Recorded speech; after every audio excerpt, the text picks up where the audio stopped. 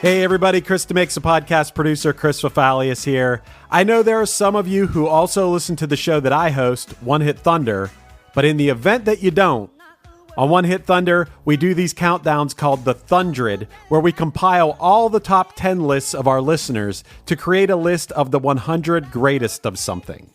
In the past, we did a 100 greatest albums of all time, and just recently, we did the 100 greatest one-hit wonders of all time. I thought I'd drop the first episode here in this feed. If you enjoy it, you can hear the rest of the countdown over on the One Hit Thunder feed. But this one is numbers 100 through 81 of the greatest one-hit wonders of all time, as determined by our listeners. I hope you enjoy it. One hit is all you need to make the money guaranteed, and you can live off royalties forever. And it makes me wonder, is it just a wonder, or is it one hit thunder?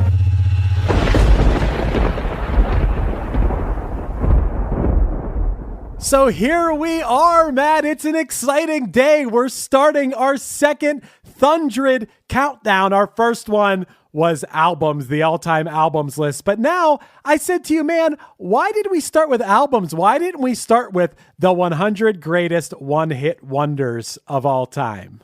I can answer you the question for why we started with albums. I'm not sure if you remember. Okay. The THUNDRED was born after we reacted to all 100 of the Apple Music 100 greatest albums, and we said we could make a better list than this. That's right. And we decided to throw it out to the listeners to build it out. Now, I love that we're doing one-hit wonders. I think that that's one we should have done. I mean, this is the most logical one to do second. Yeah. I would love for us to do a 4-part video series or 5-part video series where people are voting for the greatest music videos of all time, and we're discussing those, but that would have to be like a video exclusive. Listening to the audio would not be justifiable in that, but I do think that there is 100 amazing music videos that we could be talking about. Just thinking of the 90s alone. We also could do decade-centric stuff. There's going to always be a THUNDRED in the future.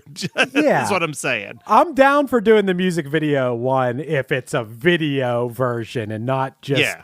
I mean... Maybe we could release the audio version too, but that's not what we're here to do today, Matt. No, I'm excited for this. Right now is the last time that I am the only person in the world who knows the results of this list, which has felt very cool for a while now because we got way more, people submitting their lists than last time. And we got a lot last time for the albums, but now this time, I believe it was over 150 lists that we got. Hell yeah.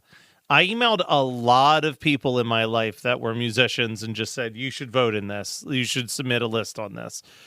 All right. So I'm going to make a random prediction off the top of my dome. Okay. For the top 10. So it's going to be a while till we get there. But I think Come On Eileen by Dexy's Midnight Runners is somewhere in our top 10. Okay. That's my one-off random prediction. So that's the one I'm going to be waiting for. And when it shows up at like 87 or something, I'm going to be really upset. But I think that song's beloved enough. So, well, for anybody who's listening right now, and lots of people who are listening right now submitted a list. And actually, Matt, I made note every song. I made note of like a person or two who included it in their list so we can shout them out. Can I ask one question about this? Yeah. Because we had so many, is it safe to say that if one person put a song at number one and they're the only person to put that song at number one and no one else thought to mention that song, there's no way it's making the... Like, you needed multiple people to mention this song in various levels of lists for it to even have a chance of making it. That's correct. Yeah. All right. You couldn't put some random song at number one and have it make the bottom of the list because you gave it enough points, which it's good you bring that up for anyone who might be listening for the first time. The way it worked was listeners, friends of the show, past guests on the show sent us their lists, and basically it was your top 10 list of your top 10 one-hit wonders ever. Whatever song you put at number one got 10 points, down like whatever you put at 2 got 9 points, down to whatever you put at 10 got a point. And basically this is just all of the data, all of the points put together to make a list from 100 up to number 1 greatest one-hit wonder of all time. Was there anything that was technically a tie? There was only a couple, and the way I decided, like say if it was between 39 and 38 and they both had the same amount of points, I went with what was the bigger song chart-wise. Okay. That was the tie break. Yeah. All right. It didn't happen that much. There were enough points that was, I think maybe 2 or 3 ties on the whole thing, and it was whatever amazing was higher on the charts. I put 1 spot higher. Love it. All right. All right. Are you ready to go? I'm ready to go. What's at number 100 on the 100 greatest one-hit wonders of all time list? At number 100, Delamitri, Roll to Me. The wrong guy, the wrong situation, the right time to roll to me. Roll to me. Man, I do love this song. I think part of me wanted this to be higher, but also, does it really need to be higher?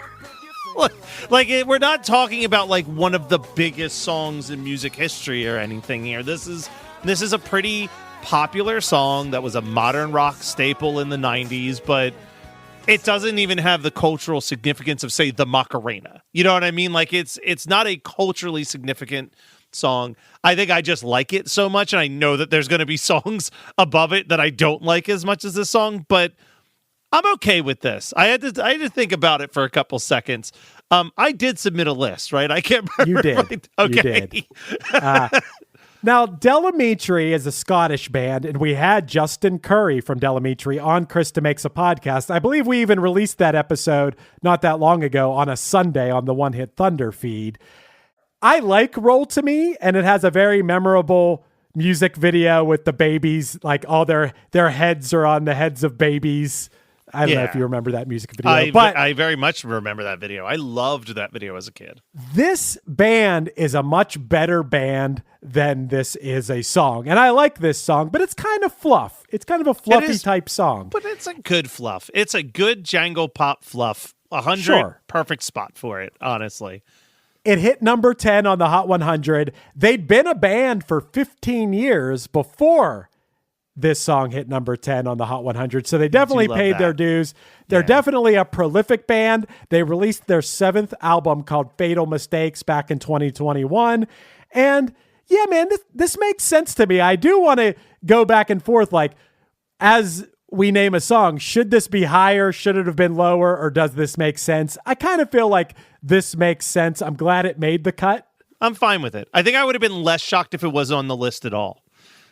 But I'm glad that it's here. I'm glad that it's here too. This made the list of listeners such as Evan Thorne, Ty Ayers, and Jared Galton. All right. Were just a few of the people that included Roll to Me on their list. So Delamitri can thank Evan, Ty, and Jared, amongst others.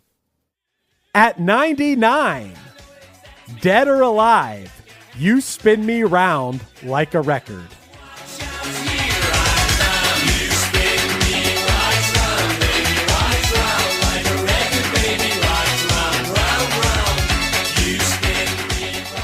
Now, this one, unlike Roll to Me, I do think that this should be much higher to me. Okay. I think that this is a fantastic song. And again, like I said, like cultural significance, not that it matters that much, but I do feel like this is a song that has never really fully gone away.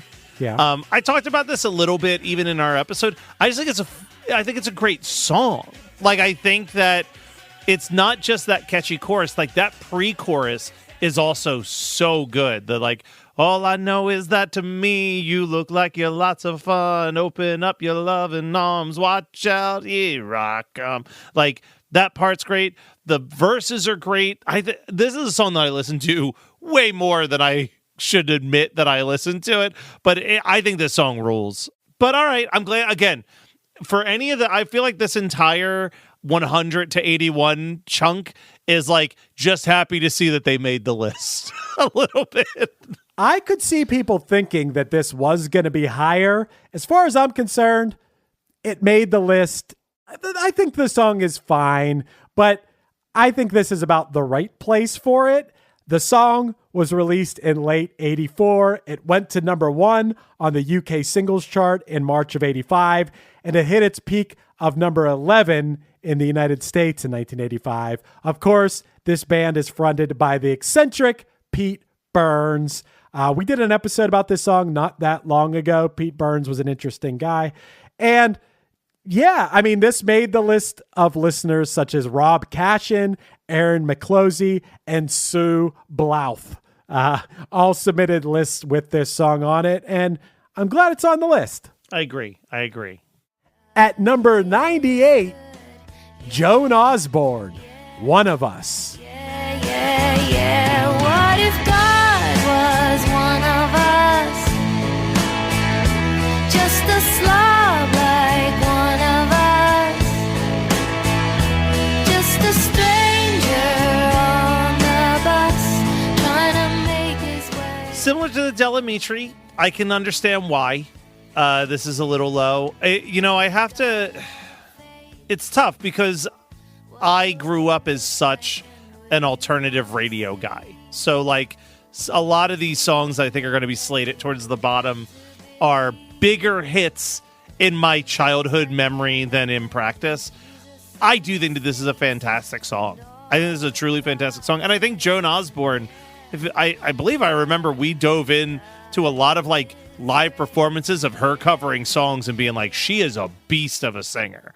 Like, she does not... I think that the song One of Us does not give you nearly enough exposure to how powerful her singing voice actually is. Because I think we both watched, like, her doing those Motown songs live in that, like, Motown celebration and being like, holy crap, can she sing? But yeah, I mean, this is a great song. If this was, like, one-hit wonders of the 90s, it would obviously track a lot higher than 98. But I think for of all time, like I said with Roll to Me, just happy to see it on the list. So happy to see that it made it at all. Of course, this song was written by Eric Bazillion, who has been on Chris DeMakes A Podcast a couple of times. Eric from the Hooters wrote this song, and he came on the show to talk about writing the song. I think we also released this one on the One Hit Thunder feed at some time. And it's a cool story about how he wrote it. He just wrote this song on the spot because he was dating his girlfriend at the time, who I believe is now his wife, and he wanted to show off to her how to use his recording equipment. So he just wrote this song as like just on the spot as something to show how the equipment works. And it ended up being this giant hit. It was off of Joan's 1995 album Relish. It peaked at number 4 on the Hot 100. And of course, like any song that mentions God, especially calling God a slob like One of Us, the lyrics caused controversy, which is to be expected. People are dumb. This song made the list of listeners such as Amy K. Taylor and Pat Bear. What up, Amy and Pat? All right.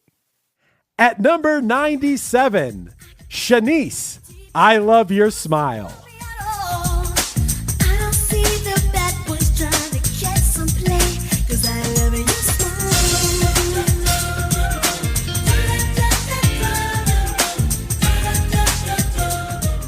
All right. This was one that I did not know before we did the episode on it. Whoa.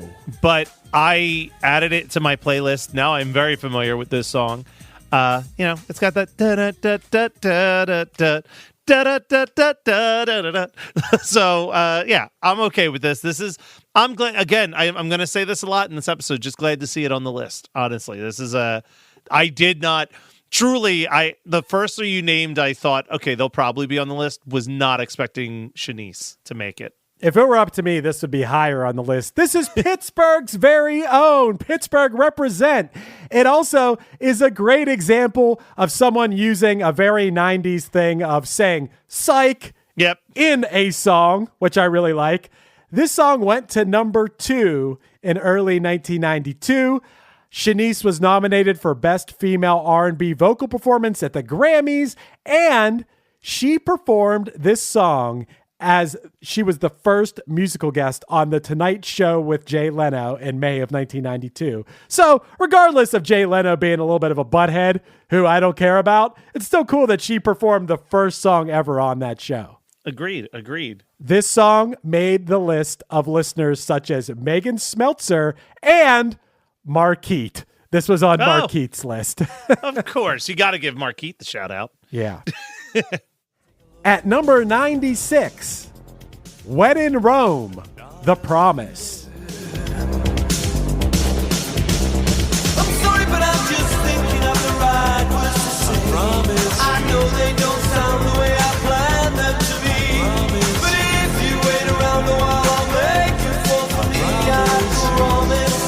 I promise you. Oh, this is the first time I'm going to say that the listeners screwed up. To me, this is like a top 30 one-hit wonders of all time. This is so freaking low. Dude. I mean, you and I have talked about it before.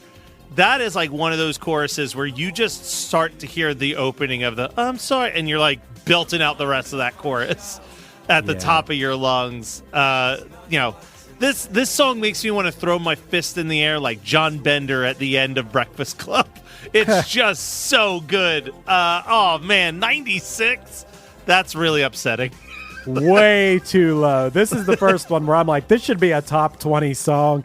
It was released in 1987. It went to number 11 on the Hot 100 in 1988. But I think the reason a lot of us, probably myself included, have it so burned into our memories and our ears is because of Napoleon Dynamite. I don't know if that's your experience, Matt. That was when I first heard it, but boy, did I love this song for an eternity after I saw it in that movie.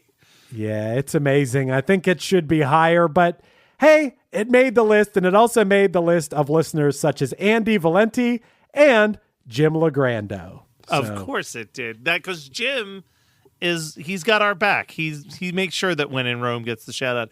I need to ask real quick, otherwise I'm going to pull up my list. You will note when any of my 10 songs or your 10 songs was on there, right? Okay, of course.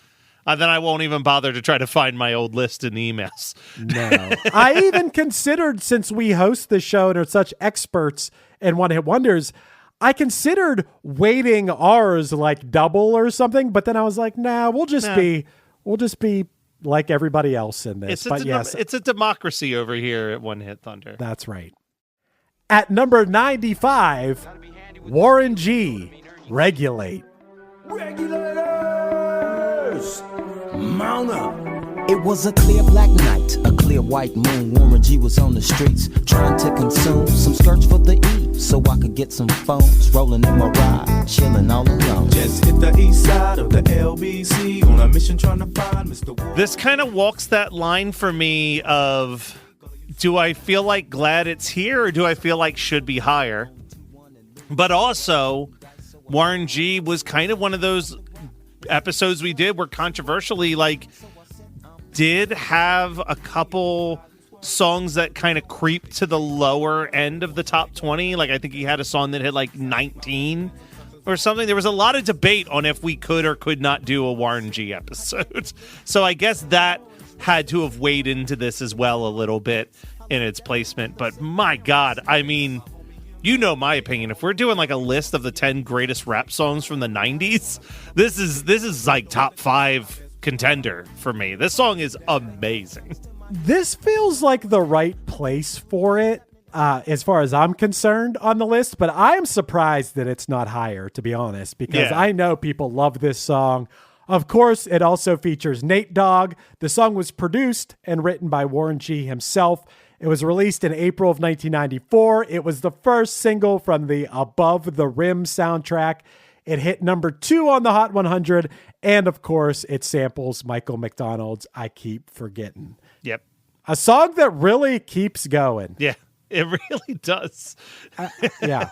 I don't think it's ever gone away. It made the list of listeners such as Kelly Breeden and our buddy Johnny Yatsconish. Love that. I know my friend Kelly is losing her mind that we said her name on the show. So congratulations, Kelly. At number 94, Dog's Eye View, Everything Falls Apart. Me till everything falls apart. Then I get to try to put it back together. Yeah, fall apart, and you can count on that. Count on back. Now listen, I think that you and I's love of this song is very well documented. But this is, of all of the songs we've named, the biggest Just Glad to See It's Here of all of them so far, because this song truly, like, to a certain extent, is a fairly forgotten song. I would argue, not that I want to pat ourselves on the back too much, I would argue that us doing an episode on this song gave it more of a light on it than it's had in almost 20 years.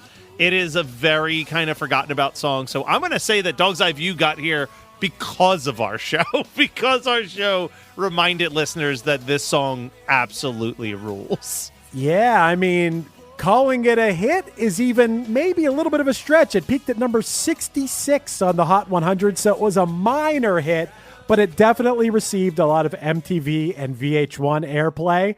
It was released in January of 1996, and I believe the episode we did of this, Jimmy Mowry was our guest. He was, and he said it was because he was covering it at the time. Yeah, that's right. I saw him cover it. He played a show here in Greensburg where I live, and Johnny and I went and saw him, and he did cover this song. And I gotta say, we're especially going to call these out. This was the number one song on the list of our listener, TJ Rosh, or Roche, R-O-S-C-H, Rosh. Always TJ active Rosh. in the Facebook group. I know Yes. that name very well. Very impressive. This was TJ's number one pick on his list. So Love pretty that. cool. At number 93, Bob Carlyle, Butterfly Kisses. Butterfly kisses after bedtime prayer, sticking little white flowers all up in her hair. You know how much I love you, Daddy, but if you don't mind. You know what? Just glad to see it there, I guess. This is the first one where I was not anticipating this making the list in the slightest. This almost feels like listeners trolling us a little bit. Dude. I will say, I went into the Bob Carlyle episode with a bad attitude and came out with a slightly less bad attitude about Bob Carlyle in this song, right? Bob seems like a fun guy. I actually really think his cover of Baby Baby by Amy Grant is so weird that it's hilarious. I think that when we were diving into his music, he's a lot more fun than this song implies. This is like his dour. It's not dour. That sounds like it's depressing. But like, it's just as like monotone as a song could be. And then you like listen to his other stuff, and there's like a little bit of like funk and dance beat to it. Like it's like a little bit more adult contemporary than this actually is. It's a little bit more poppier. I mean, listen, a million people slow dance with their dads to this song for a couple years at a wedding, so I guess that carries a lot of strength. I need you to tell me who are the people that voted for this one, though, because if you said name one song that we've done an episode on that will not make the 100 list, the THUNDRED list, I would have named Bob Carlyle Butterfly Kisses. Well, this song, I don't know if monotone's the right way to put it, Matt, but I would say it's the sappiest song It's sappy, yeah. ever written. It was written by Bob for his daughter's 16th birthday. We famously played the "Is this a Bob Carlyle lyric or just some shit I made up" game on the episode.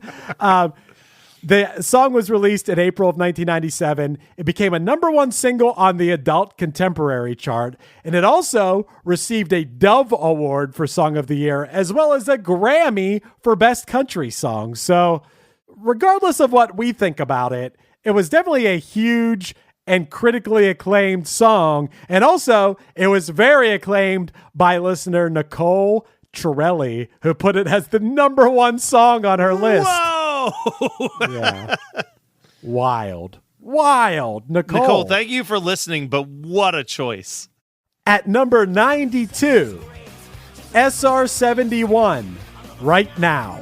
But now that's over. Why you always kick me when I'm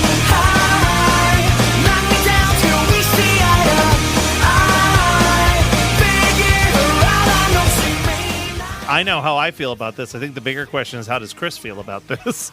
I was unfair to this song as a shitty punk teenager or whatever, or early 20s guy.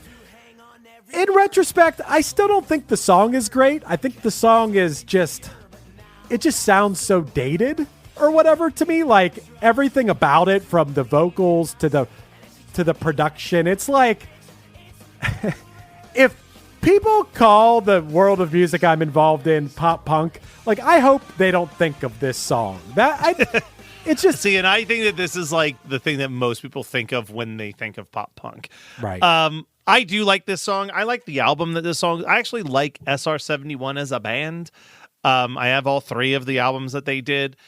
Mitch went on to be a pretty decent songwriter and producer in his own right, but I'm glad to see this on the list, and I think this is about the right spot for it to be on the list. This should not have cracked the top 80, but I do love this song. I mean, this song had a whole, like, I feel like for like a decade, it was in every teen comedy that was released. Yeah, it was in Dude, Where's My Car? It was in the trailer for Harold and Kumar Go to White Castle. It was in the trailer for Old School.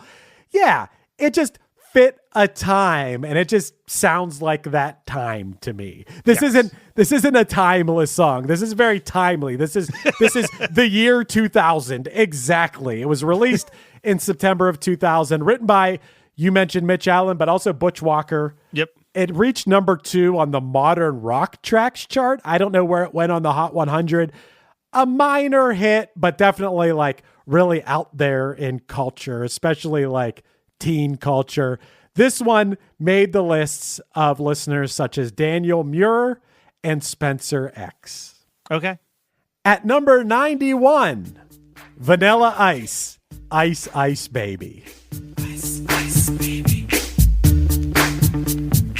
Ice, ice, baby. All right, stop, collaborate and listen. Ice is back with my brand new invention. Something grabs a hold of me tightly, flow like a harpoon. Obviously, we've gone back and forth. We're still not sure if we're supposed to like or hate Vanilla Ice right now. I think we're towards hate.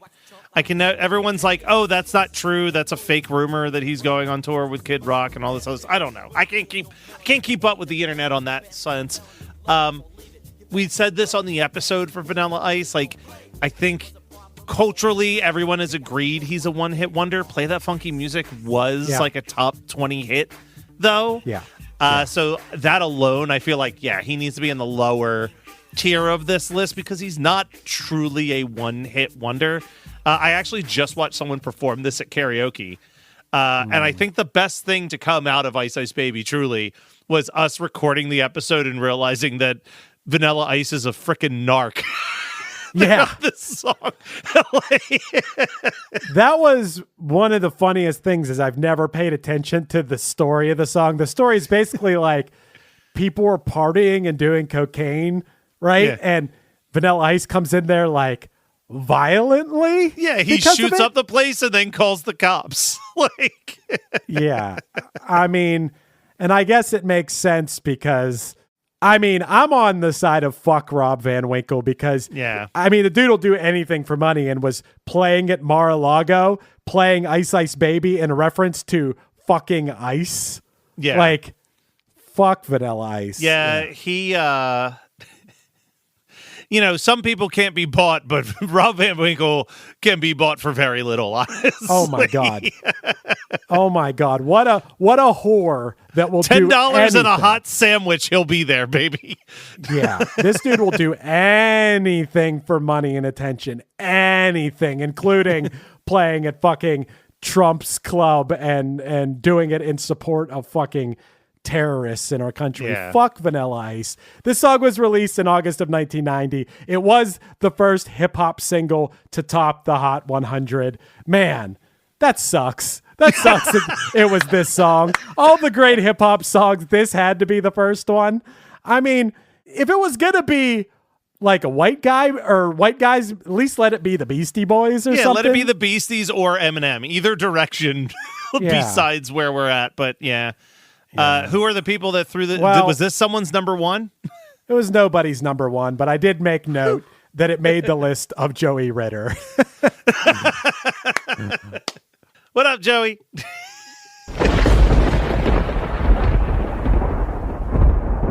Hey, everybody, don't go anywhere. We got numbers 90 through 81 coming right up after a few words from our sponsors. Hey, everybody. Chris DeMakes here. Whether I'm out on the road with less than Jake or at home with my family, I don't have time to be constantly thinking about what I'm going to wear. I want to be comfortable, but I also want to look put together and stylish. That's why I'm thankful for Quince. Their fabrics feel elevated, the fits are clean, and everything works without needing to overthink it. Quince has all the wardrobe staples for spring. Clean, 100% Pima cotton tees that look as good as they feel. Same deal with the pants. They're relaxed and comfortable, but still polished enough to wear anywhere. Best part is, they're priced 50 to 80% less than what you'd find at similar brands, because Quince works directly with ethical factories and cuts out the middleman. So you're getting premium materials without the markup. I recently got a pair of jeans from Quince, and they're the most comfortable pair of pants I've ever worn. Refresh your everyday with luxury you'll actually use. Head to quince.com/demakes for free shipping on your order and 365-day returns. Now available in Canada, too. That's QUINCE.com/demakes for free shipping and 365-day returns. Quince.com/demakes. Looking to elevate your music career? DistroKid is a digital music distribution service that enables musicians to distribute their music to online stores and streaming platforms such as Spotify, Apple Music, YouTube Music, Amazon, Tidal, and many more. DistroKid collects earnings and payments, sending them to you, the artist. With DistroKid, artists unlock a world of possibilities. From easily paying collaborators with splits to securing your music with DistroLock, DistroKid covers all bases. Plus, you can promote your releases with Hyperfollow and create eye-catching visuals with a Spotify Canvas generator, all for free. But that's not all. Introducing the DistroKid app, now available on iOS and Android. Artists can manage their releases, view streaming stats, and withdraw earnings, all from the palm of their hand. And for those looking to perfect their sound, check out Mixia. With its simple interface and customizable mastering options, artists can make their music sound polished and professional within minutes. And don't forget about Instant Share, DistroKid's newest feature. Share large files securely with collaborators, producers, and more, ensuring your music streams at the highest quality. Ready to take your music to the next level? Download the DistroKid app and explore their suite of tools today. Plus, listeners can enjoy 30% off their first year by visiting distrokid.com/VIP/demakes. That's distrokid.com/VIP/demakes. Expedia and Visit Scotland invite you to come experience the beauty that awaits in Scotland. The sweep of wild coastlines, quiet lochs, and untamed landscapes. Fresh cuisine that feels rooted in the land. Come experience the kind of stillness that stays with you long after you leave. Plan your Scottish escape today at expedia.com/Visit Scotland. All new drinks are now at McDonald's. With refreshers like the Strawberry Watermelon Refresher and the Mango Pineapple Refresher with popping boba. To crafted sodas like the Sprite Berry Blast with berry flavors and cold foam. Who knew ice cold drinks could be so fire? Try them all now at McDonald's. Refreshers contain caffeine. Copyright 2026, The Coca-Cola Company. Sprite is a registered trademark of The Coca-Cola Company. Study and play come together on a Windows 11 PC. And for a limited time, college students get the best of both worlds. Get the Unreal College Deal. Everything you need to study and play with select Windows 11 PCs. Eligible students get a year of Microsoft 365 Premium and a year of Xbox Game Pass Ultimate with a custom color Xbox wireless controller. Learn more at windows.com/student offer. While supplies last. Ends June 30th. Terms at aka.ms/collegepc. This summer, serve up the cookout classics, Kraft mayo and dressing. Toss green salads with delicious ranch dressing or zesty Italian. serve smooth, craveably creamy potato salads with mayo. We all know it's not a cookout without Kraft. Get business done with the new American Express Graphite Business Cash Unlimited card. With unlimited 2% cash back on all eligible purchases, unlimited 5% cash back on flights and prepaid hotels booked through American Express Travel Online, and a flexible spending capacity that can grow with your business, you'll have the confidence to keep building. Apply today and earn a welcome offer of $1,500 cash back after you spend $50,000 in qualifying purchases on your new card within the first 6 months of card membership. Terms apply. Learn more at go.amex/graphite. You thought this was your Run Club era. Turns out, it was more of a thinking about Run Club era. The good news? Someone's marathon training is about to start.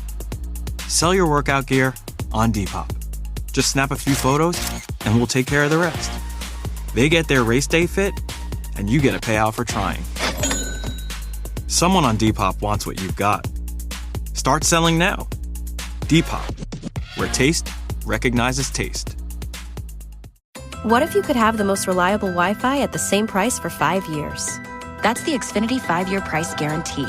No annual contracts, no hidden fees, and our best equipment included. Plus, get online in minutes with same-day Wi-Fi. Just 5 years of fiber-powered Wi-Fi that boosts speeds to the devices that need them most. Lock in your price and unlock the possibilities. Xfinity. Imagine that. Select plans only. Restrictions apply. Powered by fiber. Connected to the premises by coaxial cable. Actual speeds vary. Where is Daredevil? I'm right here. Don't miss the return of Marvel Television's Daredevil Born Again. So what's next? I feel liberated. We're gonna take this city back. Over-medicated. In an all-new season, now streaming only on Disney+. They're hunting us. It's time we started hunting them. I can work with that. This should be tons of fun. Marvel Television's Daredevil Born Again, now streaming only on Disney+. Everyone knows that unexplainable it factor, that smile that lights up a room, that wow. Well, it doesn't happen by itself. There's chemistry behind the charisma. Colgate Optic White Pro Series toothpaste removes 15 years of deep-set stains when you brush twice daily for 2 weeks. How? The clinically proven formula is powered by Colgate's hydrogen peroxide complex. It works at the molecular level to gently dissolve stains deep within the enamel where your brush can't reach. It's proof that daily routine can be remarkable. That's the science of wow. Colgate Optic White. This episode is brought to you by State Farm. You know those friends who support your preference for podcasts over music on road trips? That's the energy State Farm brings to insurance. With over 19,000 local agents, they help you find the coverage that fits your needs, so you can spend less time worrying about insurance and more time enjoying the ride. Download the State Farm app or go online at statefarm.com. Like a good neighbor, State Farm is there.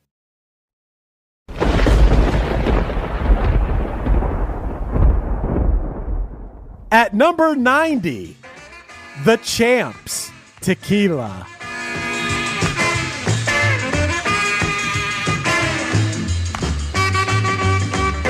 Tequila.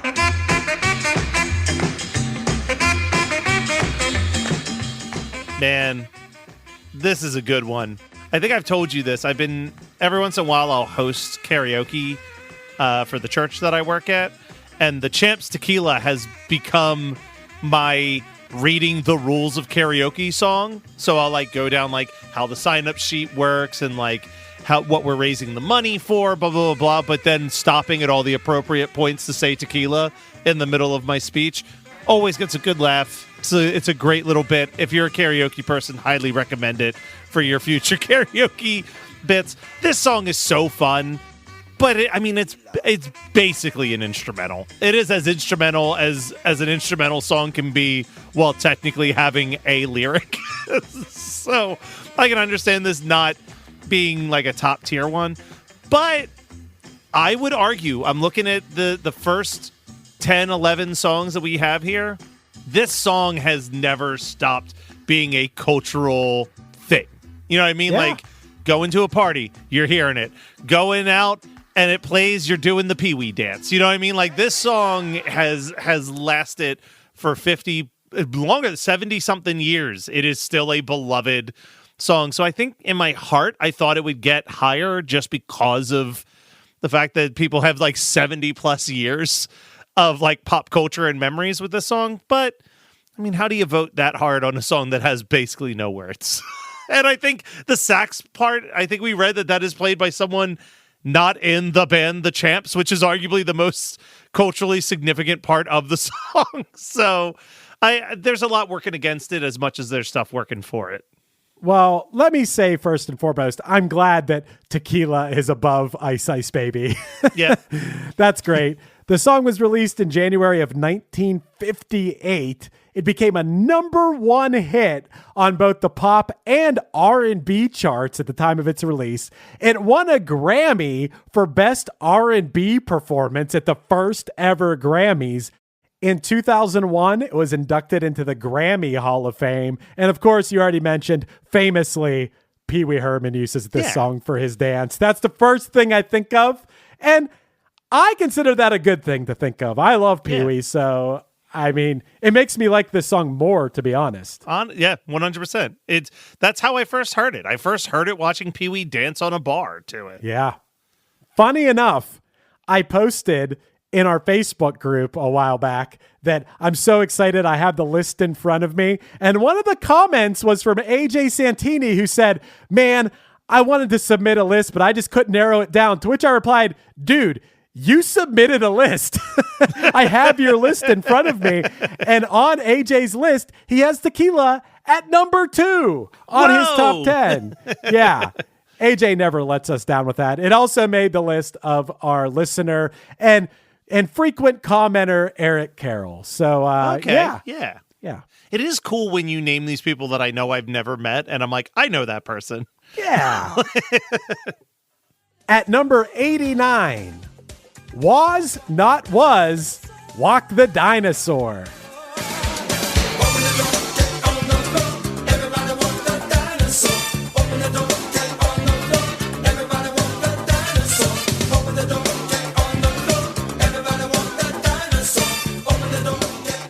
You know what? I'm going to say the same thing I said about a bunch of the songs at this part. Just happy to see it's here. This could easily not be on this list at all, and I don't think anyone would shed a tear. But this song rules. My biggest memory of this one, I'm very curious to see if there's any songs that make the THUNDRED that we haven't done an episode on. But so far, it's been all songs we've talked about. Walk the Dinosaur, my biggest memory of us doing that episode was learning the dance of how to do the dinosaur in your kitchen. We were watching the music video and trying to teach ourselves how to do the dinosaur. And now for the life of me, I could not do the dinosaur, but we spent an evening just watching it until we got it down. That's incredible. The song was released in 1987 in the UK, where it reached number 10, but then 2 years later, the song went to number 7 in the United States in 1989. It got a lot of rotation, the music video did, on MTV. Don Was, from Was Not Was, is a famous producer who has worked with everyone from the Rolling Stones to Bob Dylan to Willie Nelson to Elton John to the B-52s. He also served as the president of the jazz label Blue Note Records. Yeah. And I wanted to see who had this song the highest on their list. We already mentioned her once, but our listener Megan Smeltzer had this song at number 3 on her list. Hell yeah. Yeah, I like that. That number 3 placement might very well be the reason why this made it onto the THUNDRED at all. So good work, Megan. At number 88, Dishwalla, Counting Blue Cars. He said, tell me all your thoughts on God.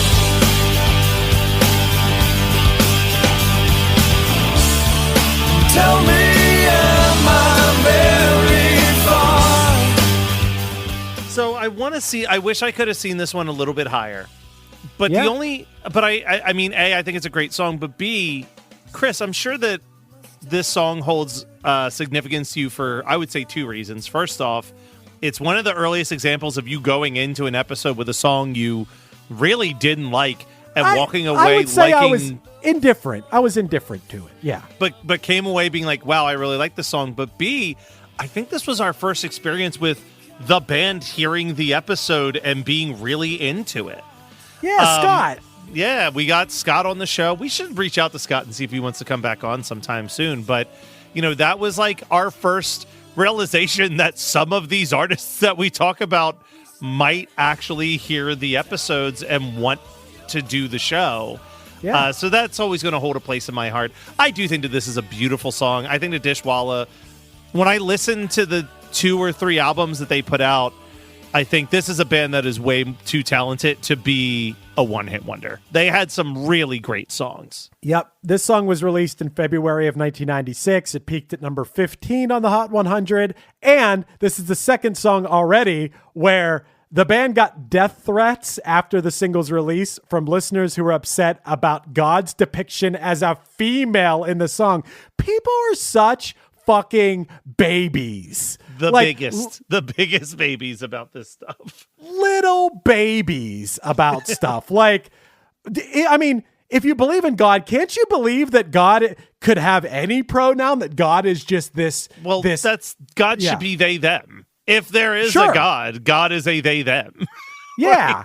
Isn't God beyond gender? And if you want to call God a her, isn't that okay? Like, oh my God, people need to grow up. But yeah, Scott Alexander, now friend of the show. I'm glad this song made the countdown. It made the lists of listeners such as Eric Guikima, Dustin Johns, and John Schick. Okay. At number 87, The Cardigans, Love Fool.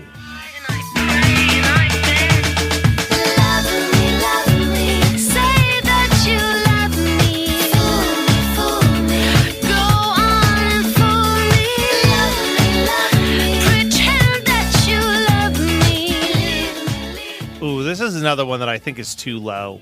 Yeah. Not that like I don't think that this should have been like top 20, but I feel like this should have been top 50 maybe. Okay. Cardigan's another one that like when we dove into their catalog, they have so many cool songs. Their cover of Iron Man is so cool. Like one of the coolest covers you'll ever hear is the Cardigans like bossa nova version of Iron Man. But this is like, I actually busted this out in basement karaoke. I can set up a karaoke thing in the basement. And this is one where like I started singing the first verse, but by the time that first chorus hit and beyond, the whole basement was just singing the song. It is such a beloved, catchy, perfectly written, like short, poppy love song. I think I like this song more now than I did in the 90s when it came out, where I just thought it was a fine song. I've like really fallen in love with this song. So I'm glad it's here. I do wish it was maybe in like the 60s to 50s range, but it's better it's at 87 than not on the list at all. Yeah, the Cardigans are a Swedish rock band who are awesome beyond this song. This just happens to be the song that is mainstream famous. It's from their third album called First Band on the Moon, which was released in 1996. This song was released in August of 96. It blew up in part to being featured in Baz Luhrmann's version of Romeo and Juliet. It was even the music video featured tons of clips from Romeo and Juliet in it. Yeah, and the song hit number 2 on the Hot 100 Airplay chart, but it didn't appear on the regular Hot 100 due to some rules that were in place at the time, which I don't know what those rules were, but this song was enormous. Yes. Yeah. So maybe it had something to do with being on the soundtrack, or I don't know what those rules were. It doesn't matter. The song was huge. I made note that this song also made Jim Legrando's list, as well as Roger Bailey and Andrea Fernandez. Hell yeah. I was going to say, I almost wonder if because it was released as part of a soundtrack, it wasn't ever released as an official single. And maybe at the time, the Hot 100 was based on single sales. Yeah, it has to be something weird like that. Who cares? The song was huge. At number 86, Cypress Hill, Insane in the Brain.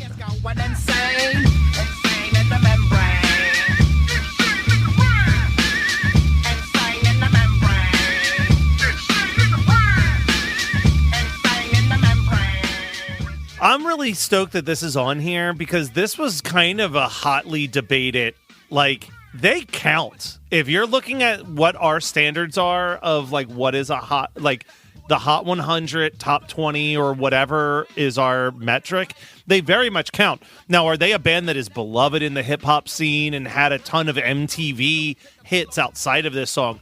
For sure. Like, Cypress Hill rules. And, like, they have, I would say, like, at least 3, if not 4, all-time great rap albums that people should check out, whether it's their self-titled, Black Sunday, The Temples of Boom, like Skull and Bones. Like, they have a lot of really, really great albums. But this was the one that just was the juggernaut song for this group. You could not escape this. I can't listen to this song, though, and not think of the Simpsons episode at Lollapalooza where they have to perform the song with the Philharmonic Orchestra. It's such a great little bit. But this song rules. Very glad to see it here because I really thought that this could be a song that people just, like, decided they weren't going to put on because they're not a true one-hit wonder in their mind or whatever. Well, what would be the Cypress Hill songs that would... How I Could Just Kill a Man? Or what? How I Could Just Kill a Man, probably. Rap Superstar was pretty popular when it came out in, like, 2004. Okay. Boom Biddy Bye Bye, I think a lot of people point to. When the Shit Goes Down is a pretty popular one. But, no, I agree with you. I think that unless you're the most hip-hop head of hip-hop heads, like... most people could only name this song by Cypress Hill. This is the one all the normies know. It was released in June of 1993. It was the first single from their second album, Black Sunday. It hit number 1 on the rap chart, but it also went as high as number 19 on the Hot 100 in 1993. This single went 3 times platinum, and it made the list of Kelly Breeden and Joe Funk. Okay. At number 85... Eddie Grant, Electric Avenue. Good God, we gonna rock down to Electric Avenue, and then we'll take it higher. Oh, we gonna rock down to Electric Avenue, and then we'll take it. I mean, infamously for a very long time, our most downloaded episode. Yeah. That's been surpassed, I think, at this point. But, yeah, you know, we had Leonore from Five Iron Frenzy on this episode, which was pretty cool for us early on in the show. It was like our 14th episode or something like that. This song is great. I think that 85 is like perfect spot for it, though. I think that there are songs, even songs that we are not thrilled about, like A Nice Ice Baby, that are dramatically more culturally significant and in the pop culture zeitgeist more than Electric Avenue. But man, that, like, when you get to that chorus, the like, we gotta rock down to Electric Avenue. Like, you gotta have no fun bones in your body to not immediately get into that song when that part hits. Yeah. As you mentioned, the Eddie Grant episode of One Hit Thunder is the episode that just won't quit. Yeah. People, I mean, it was years and years ago we recorded that, but every month, thousands of downloads of this episode. People really want to learn about Eddie Grant, and I don't blame them. This song was one of the biggest hits of 1983. It was released in April of 83, and it was from Eddie's 6th studio album, Killer on the Rampage. And despite the fact that this is like a fun party jam, it refers to Electric Avenue in London during the 1981 Brixton riot, which resulted from discrimination against the local black community by mainly white police in London. So, serious subject matter for a song that sounds like a party. The song went to number 2 on the Hot 100, only kept out of the number 1 spot by Irene Cara's Flashdance, What a Feeling. And this song, Electric Avenue, made the list of listeners such as Steve LaRussa and Matt Damage. Okay. At number 84, Harvey Danger, Flagpole Sit-Up. But no one ever does. I'm not sick, but I'm not well. And I'm so hot, 'cause I'm in town. So this is where I always have to try to recheck myself and be like, am I thinking that this is too low because I'm a kid of the 90s? And I think that that's probably the case because this song has never left my mind. Right. Truly, I would put Harvey Danger in the conversation of, like, when I think of the bands that made me want to do One Hit Thunder, Harvey Danger is one of those, like, bands that I loved and was so frustrated that people only knew the one song by them. So I think people should go definitely check out Harvey Danger's stuff. This is fine. You know, I have to keep reminding myself that this is not like a one-hit wonders of the 90s list. This isn't, you know, this is of all time. And for it to get placed at all is pretty cool. This song is so interesting. It's one of those, like, an attempt to mock modern rock radio and instead became a staple of modern rock. It's right there with like a Blur song too, where it kind of became the very thing it was like setting out to make fun of.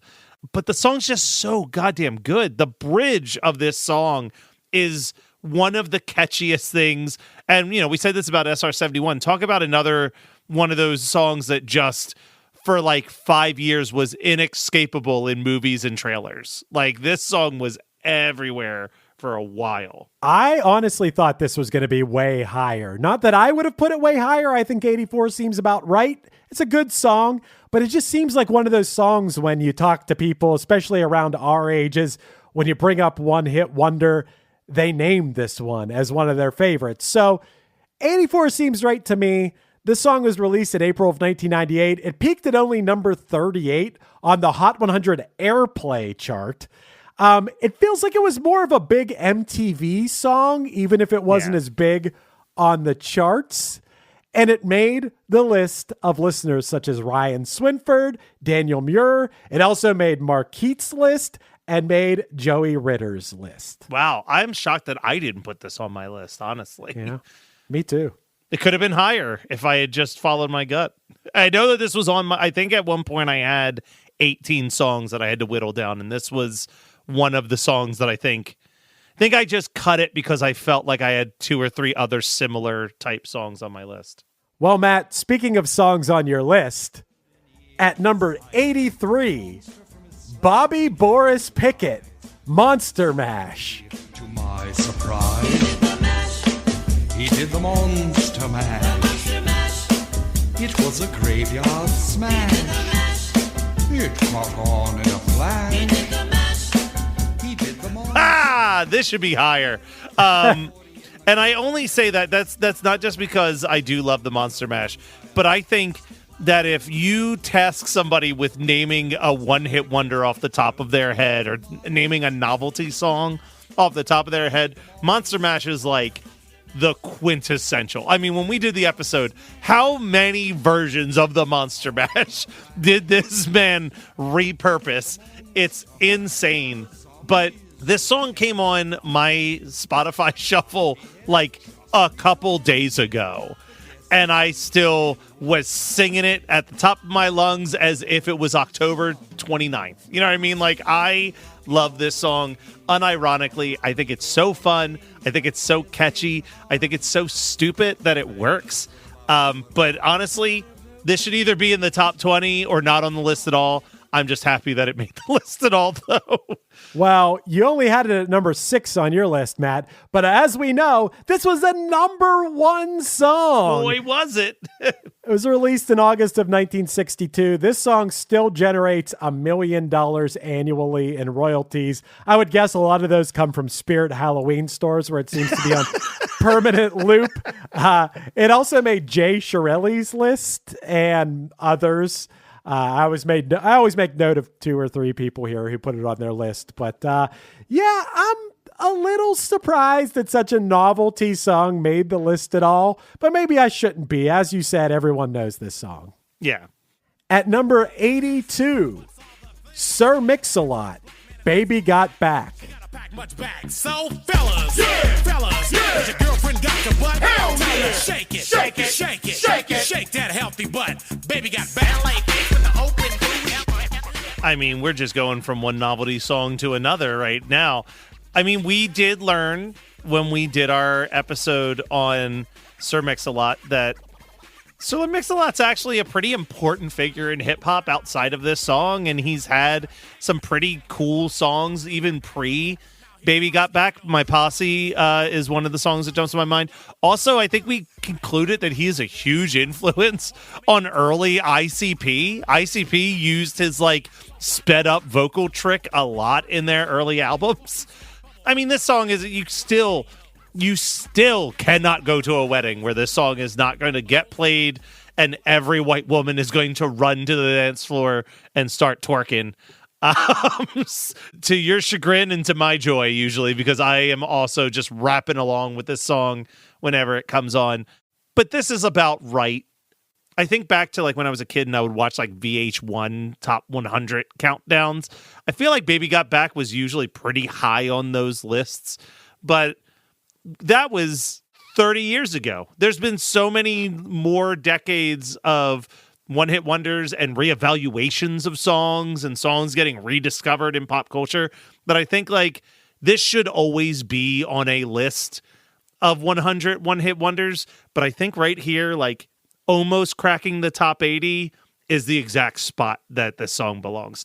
I mean, my negative thoughts about this song are just because it's overplayed. Oh, it's everywhere. Yeah. I've heard it too many times in my life. And to be honest, I was probably bracing myself for this to be like in the top 5 or something. Yeah. Like, I'm glad it's where it's at. I knew it was going to be here. If it was Put 'Em on the Glass, maybe I'd think differently. How did I forget about Put 'Em on the Glass? Another great discovery from doing this podcast. This song, Baby Got Back, was released in May of 1992. Dude, this song spent 5 weeks at number 1. It was a number 1 song for 5 weeks. It was the second biggest selling single in the United States in 1992. The video for it was briefly banned by MTV, but then it was a huge video. Banning it probably made the song even bigger, as we know. And this song made the lists of listeners such as Mike Simpson, Teresa Figgis, Joe Funk, and Rob Cashin. All right. And for our final song of this installment of the THUNDRED, at number 81, Michael Cimbello, Maniac.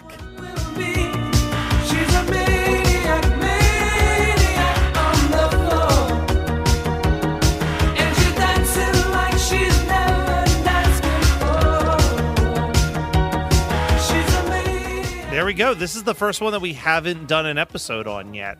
And this should probably, I obviously I haven't done my research on this just yet, but arguably, let's make a mental note that this should be our Halloween episode this year. Because this was originally written about the Texas Chainsaw Massacre until he tweaked the lyrics a little bit to be, about the plot of Flashdance. But yeah, originally this was inspired by watching the Texas Chainsaw Massacre late at night at his house, and he wrote a song about Leatherface. He's a maniac. This song was released in May of 1983. Of course, as you mentioned, Matt, it's known for its inclusion on the soundtrack to the 1983 film Flashdance. This was a number 1 song. It went to number 1 for 2 weeks. The music video for it was in heavy rotation on MTV, which helped propel the song to number 1. And it played a significant role in establishing the music video as a viable and powerful tool for promoting movies. Yeah. So this was like one of the first, if not the first example of that being very successful. This song was included on the lists of Damon Brazel and Mark Rose, who you might know from the band Spitalfield. They both had this song like in the middle of their lists. All right. So far, so good. Let me take a look at my list. I've been keeping notes. I've been keeping track of everything. I would say of these 20 songs, most of them are about where they should be. I do think When in Rome should be much, much higher. Yeah. I think that The Champs probably should be higher. Dishwalla, I think just personally I like and want to see it higher, similar to Harvey Danger. I am genuinely shocked that Monster Mash and Baby Got Back aren't higher just because of I think when you think of a one-hit wonder, those are the first things that come to your mind a lot of the time. But all in all, I don't have too many complaints. The biggest complaint truly is When in Rome being that low on this list. But everything else, I'm like, you know what? That is a good bottom portion of the list. Keep in mind, we've done over 300, right? Or we had we've done over 300 episodes of this podcast, which means that even if you're just basing it on numbers that we've done, there are 200 songs that aren't even going to make this list at all. So getting on the list at all is a huge achievement that, if any of these artists are listening to this episode in the future, you should be proud that you've made it onto the THUNDRED thus far.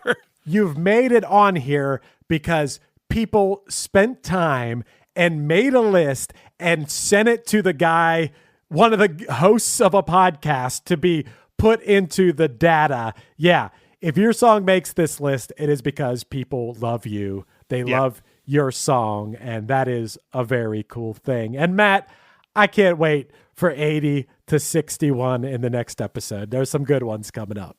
All right. I think every week I'm going to make another prediction of a song that I think is in the top 10. Okay. So I threw Dexy's Midnight Runners out there today. I think I know what I'll put out for next week's. It's in my brain. I'm going to write it down so I don't forget. But okay. Well, we'll see you next time. I know they don't sound the way I planned them to be. And if I had to walk the world, I'd make it fall for me. I promise you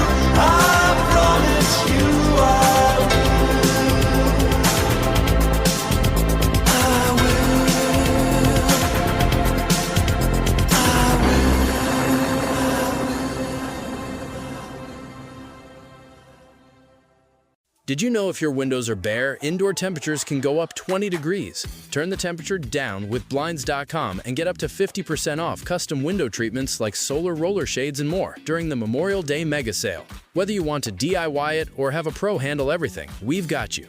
Free samples, real design experts, and zero pressure. Just help when you need it. This is your last chance to shop up to 50% off site-wide during the Memorial Day mega sale at Blinds.com. Rules and restrictions apply. Hey guys, I found the only gift that Dad wants this Father's Day. Goldbelly. Goldbelly ships the most iconic foods from the best restaurants across the country straight to his door for free. Let him relax and enjoy award-winning barbecue from Texas, epic deep dish pizza from Chicago, or colossal pastrami sandwiches from New York. Make Dad feel like an absolute legend this Father's Day and go to goldbelly.com to get 20% off your first order with promo code DAD. That's goldbelly.com, code DAD.